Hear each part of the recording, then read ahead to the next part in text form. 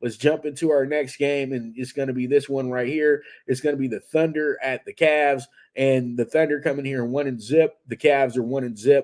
You have a 4.5 point spread to the Cavs at home tonight, over under a 227.5. And this is going to be a very, very, very strategic game tonight. I think that SAG has became pretty much a top 5 player. He absolutely cooked it up the other night, beat the Bulls, got some new toys with him as well too with Chet Holmgren.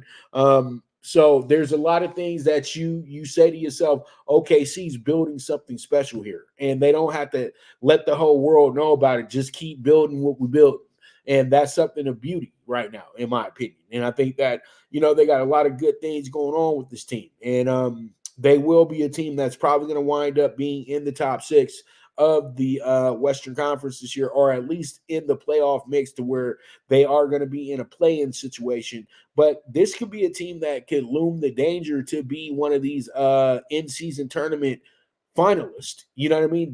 I'm just telling you, guys got to start thinking. You guys got to get out of this mentality that they keep handing you with the LeBrons of the world and the Steph Currys of the world, the Kevin Durant's of the world. They're all old news, bro. They seriously are. They all have about 2 to 3 years left of being these top tier players. So you have to start recognizing who the best players are in the league who are young. And SAG is one of them. Donovan Mitchell's one of them. And you know what? This is going to be a great game tonight. You have OKC fresh off their win. Cleveland had to fight a little bit, but they got themselves a nice gritty win in Brooklyn the other night against a gritty team. So this game does present a very peculiar setting because you have two teams that are pretty much identical, in my opinion.